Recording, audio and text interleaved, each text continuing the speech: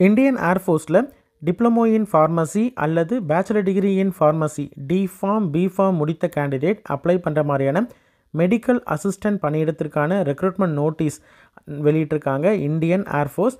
இந்த ரேலியில் eligible candidates டைரெக்டாக நீங்கள் போய் அட்டென்ட் பண்ணலாம். February 4 மற்றும் February 5, 2025 அன்னைக்கு கேரளாவில் இதற்கான ரேலி வந்து நடக்குது.